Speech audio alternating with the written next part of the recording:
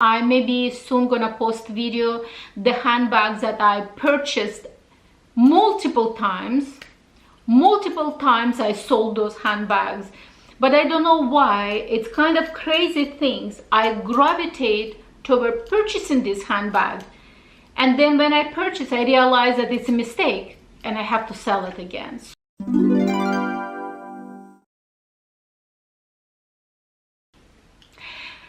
Today is chatty and, in my opinion, not easy video to do, and this idea was actually taken from Cat L, and the video is: should YouTubers share on YouTube or on media when we sell something? So please guys, stay with me.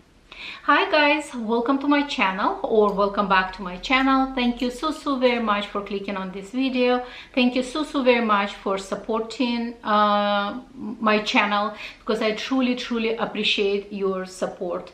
And today I want to talk about a bit sensitive topic. Recently I watched video of Cat L, and she named this video, I think, should YouTubers kind of share or inform when they sell their handbags? And that was actually the questions that she got from one of the subscribers, and then she truly believes that that kind of question deserves a separate video.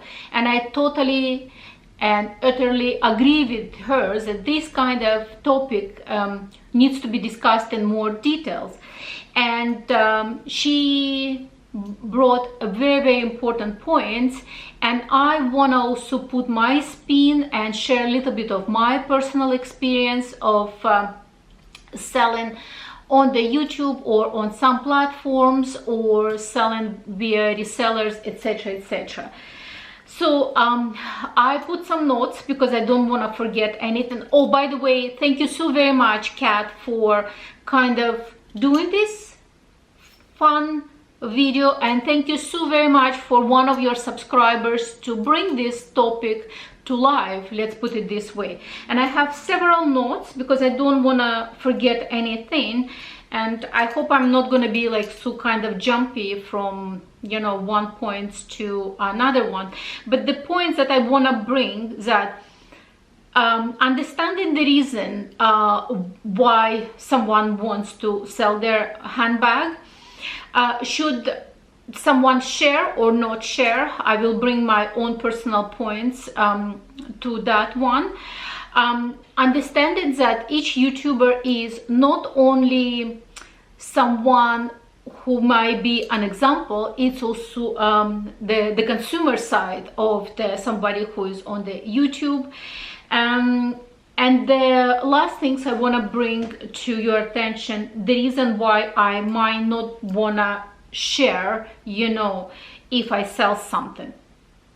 So first I want to bring your attention that as a YouTubers, obviously, or someone who is on media, and I have very small channel. My channel right now just over 5,000, but I'm so grateful for every single supporter to my channel, because when it comes to YouTube, it's definitely 99.99%. It's more of the hobbies. You don't really get paid, you know, to do anything like that. It takes hours and hours, and especially when it's luxury channel, like, you know, the items that you're buying, and if YouTube pays you, I don't know, $100, $200, even if YouTube pays you $1,000 per month for big YouTubers, you know, it's still nothing comparing to the amount of dollars you're spending, because it's your passion. You know, you love fashion, you love handbags, you love luxury, you love jewelry, etc.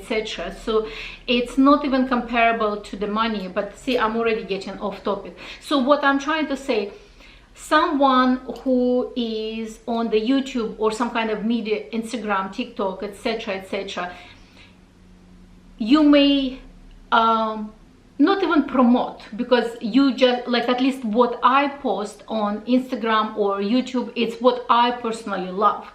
But at the same time, we are consumers, because like I watch YouTube all the time on different subjects, and definitely on luxury subject as well, on handbags, shoes, accessory, jewelry, etc, etc. And I watch way more comparing to the numbers of videos that I post. Like I post at very best like 1-2 videos per week, and that's about it. On good week I put 2 videos, on bad week I put 1. Sometimes I could go 10 days or 2 weeks without posting anything. So I am consumer first and most. And when the second kind of roll into the question, should someone who is on media share when they sell something? And I, on my end, I totally believe that we should, because quite often when I'm looking for the handbag, I watch reviews on the YouTube, and usually it's a positive reviews, because someone gets so excited when they unbox the handbag, etc. And very seldom when someone actually sold the handbag, you almost don't want to admit your mistakes, that when someone is actually saying, listen, I had this handbag but I sold it and reasons such and such. And I truly believe that we should share not only the positive but not so positive as well, let's put it this way. Because frankly, myself, when I see the video title handbags that I sold in say year such and such and reason why, I always clicked on those videos. And I have actually few videos on my channel, handbags that I sold and why, and almost in all of those videos I disclose exactly the reasoning why I sold that specific handbag. And even I'm so honest, I disclose how much money I lost on the handbag, or how much money if I make on the handbag, etc, etc.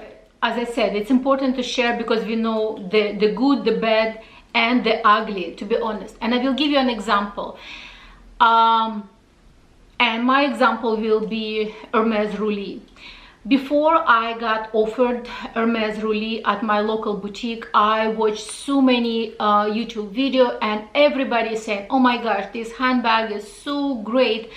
And I personally, whatever they said, that's the things that I actually admire about Roulis, because Roulis is pretty much, especially Roulis Mini, it's pretty much the size of Constance 18. It has pretty much identical shape to Constance 18, the same divisions, etc. But it doesn't have that quite large H logo at the front, so which is I actually admire. It has more kind of discreet logo, and that's what I love. But nobody almost saying that, you know, the attachments on the sides and the handbag could be easily flipped. It's almost like attachment, almost like on a camera handbags, when the camera handbag can flip. But the camera handbag, usually they have a zipper closure, so even if it's flipped, like, you know, your items not on the floor. But Roulis, because it doesn't have any secure closure, I find quite often my handbag flipped even inside my car, and all my items on the floor. And if it's inside the car, it's okay. Or when I'm trying to kind of grab and go from my car seats, quite often it's also once again flipping over. And I find that that handbag is so not easy to use for me personally. And maybe someone is more careful, you know, how they're picking up the handbag, and that's what they love about Roulis, that it's not as flashy. It's also not a quarter bag. So for example, Constance in Toronto, it's quarter bag. So when I thought it's second best things, I don't have to waste my quota for let's say Constance. I could get Roulis because it's not a quarter bag, but it's get the same vibe as Constance. And I was completely wrong. And my Roulis was actually in beautiful color, beautiful leather. It was in heritage leather. It was in permabras gold hardware. So once again, the hardware that is more on the special orders. And still, when I was selling that handbag, because it was pretty much brand new, I just used it few times, and right away I noticed that this handbag doesn't work out for me. You know, when I sold it with the loss. So, and I remember I was talking to fashionably Amy, and she goes like, oh, Oksana, what do you think of Roulis? And I said, listen, if you want, you can obviously buy it, but I personally don't like that handbag. And I wish before I purchased that handbag, there was some reviews on media or YouTube or Instagram, whatever, when somebody is disclosing this information about the handbag as well, so maybe I wouldn't be as quick of purchasing this handbag. So this is all in importance of sharing, and that's my personal opinion, and I think we should share. So the next point is I want to bring is understanding the reasoning why someone would decided to sell their handbags. And I find a few reasons. For me personally, it's trends, the lifestyle changes, you get, you know, more mature, you may change your even fashion style in a sense what you're wearing, and obviously someone may also talk about the finances. And I will give you an example. For example, trends. It used to be very, very trendy to wear Gucci handbags. And if you really love that, you know, Gucci handbags in general, and the trend is over, but you still enjoy it, why not? I personally purchased Gucci handbag only because of the trend, because it was in upbeat fashion at that moment. And when I don't really wear it as much, I see no reason of holding to that camera style handbag from Gucci. And also it was long chain, and as I said, it's flipping over, so I decided to sell. So the reason number one why someone would you know, decided to sell, the trend is over and you want to move on. The second is let's say your lifestyle is changes. Like, for example, before 2020, people may choose to buy more tote handbags, but since 2020, not many people go to work, they work from home. There is no reason to have an extremely large collection of tote handbags. You maybe decided to have one, at most two tote handbags, and the rest you want to sell, because there is no reason to keep all those tote handbags if you're not using. Or for example, life goes in cycles, I would say. My very first handbag was actually luxury handbag, was Versace La Medusa, and then I thought I will go to more expensive brands like Chanel and Louis Vuitton, etc., and I sold my Versace La Medusa. But this year I totally kind of, like, you know, coming back in cycle, and I purchased mini La Medusa, I purchased Handbags La Medusa. So what I'm trying to say, sometimes you sell something, but then you may go back, you know, and buy it again. Doesn't mean that you don't like it anymore. It just, for that specific period of time, you decided that you wanna, you know, separate from that handbag. You wanna divorce that handbag for a while. It doesn't mean that you wanna divorce forever. Sometimes it could be also like, you know, financial burden, let's put it this way. Because let's say if you have, let's say, 40 handbags in your collection and you rotate only 10, and the other one you don't really use, you don't even like them so much, it doesn't give you joy, I don't see the reason why all this money have to be sitting in a shelf, at least for me personally. And you know, I would rather liquidate all of this and get something that I enjoy right now. Once again, example I will give you, like years ago I sold my La Medusa, but now I purchase it again because I fall in love again. It doesn't mean that I stop loving that specific style forever. It's just like, you know, it goes in cycle. Life goes in cycle. The next point I want to touch on is also, I would say, aging, maturing process, because when I was younger, I really loved to have kind of more little bit loud handbags in colors, etc., and more of the logo. I really love Louis Vuitton monogram. Now I almost don't buy anything from Louis Vuitton with monogram, and very seldom I use it. I kind of more into less recognizable handbag but high quality. For example, I really love my Hermes de la Cavalleria because very few people have this handbag. Very few people can recognize that it's actually luxury handbag, but I feel good because I love that this is high quality handbag. I enjoy wearing that handbag, but at the same time I feel a little bit more secure. And yeah, that's the reasoning. So as I said, the more mature we get, the fashion sense changing, the lifestyle is changing, and so that's why maybe someone decided to sell. And last point that I want to bring, that yes, I said that it's really nice when everybody is sharing the reason why they sold their handbags, or for that matter, not only handbags, some other items. And I usually share everything on my channel, but sometimes I may not want to share. And the reason for that, because once again, I don't want to let someone down, that they think that I don't like the item anymore, for instance, or because even sometimes when I sell, people say like, oh, you don't like that handbag anymore. No, it doesn't mean that I don't like it anymore. I do like it. But let's say if I purchase something that has pretty much the same function, why should I have 5 different handbags for the same function and the same color? It doesn't make sense to me. So obviously I'm letting some of those handbags go. Then if you go to even my Instagram, I say fashionista, but I also say shopaholic.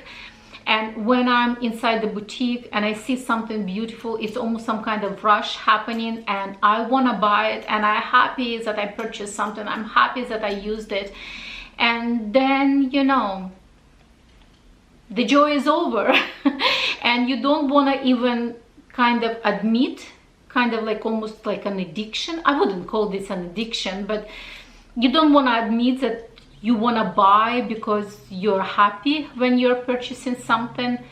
And then, as I said, for example, the same example of my Roulis, that I love the handbag, but then I realized that it's a mistake. Not everybody wants to admit their mistakes.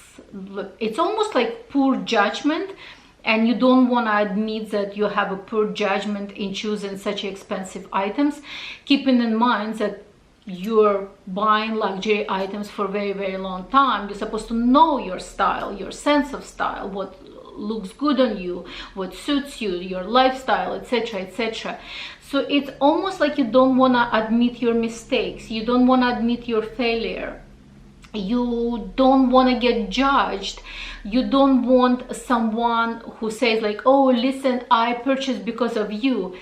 And that could be true. You may purchase specifically because you saw on my channel, but you may also see this on somebody else's channel, because when I plan to buy something, I'm watching so many different videos, I do lots of research, etc., etc.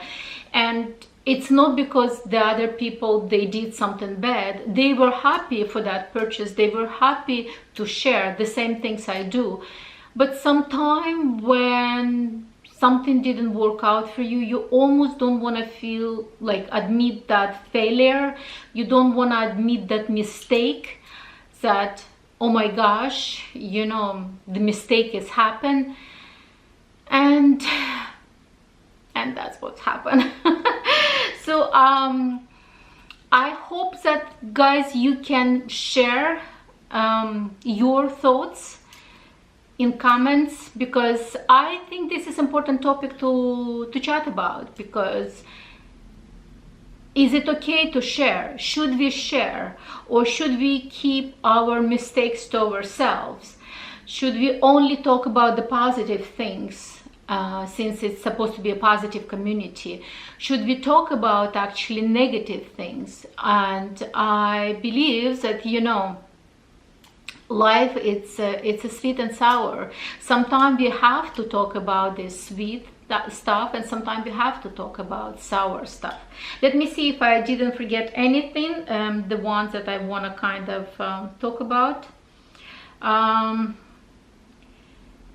Yeah, I think that's pretty much what I want to talk about, like, you know, when it comes to selling and kind of, you know, admitting that some specific purchase didn't work out for you.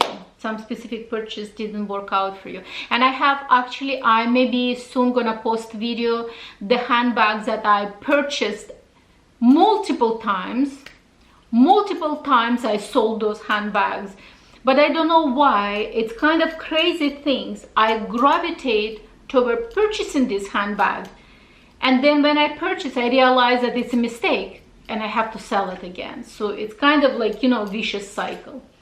Anyway, I hope, guys, that you enjoyed this video. Please put all your comments below what you think of this topic.